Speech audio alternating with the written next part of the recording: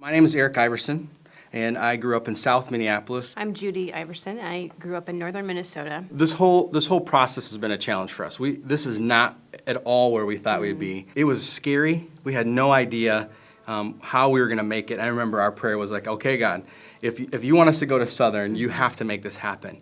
And we had no clue how that was going to work.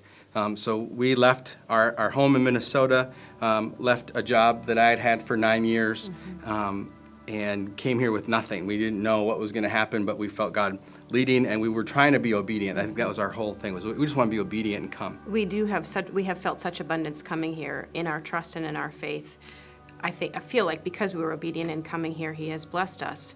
That doesn't come without its challenges. It was tight this month. I mean, we were like looking at, I don't know, $70 for the rest of the month, I think. You know what I mean? And it was just tight. And then just trusting God and Him continuing to provide. We got a check in the mail 2 days ago from a family at home. He has provided above and beyond more than we can ask or imagine.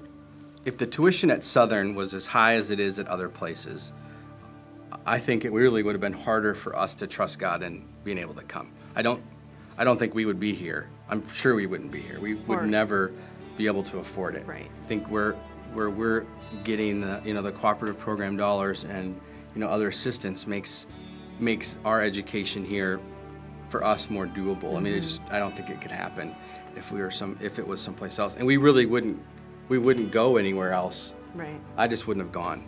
I think that's for me. Yeah, I wouldn't have probably gone to seminary, real honestly. Yeah. Which is dangerous, like when you start if you weren't to go to seminary and then try to figure out this theology on your own, there's some real danger with that.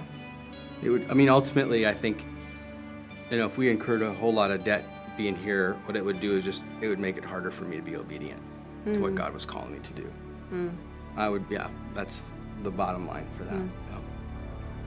This is a huge privilege for us that as a only child from a inner city family in the hood in Minneapolis has no business. I mean, this just never could happen for us. I am so thankful for people's generosity in giving to Southern.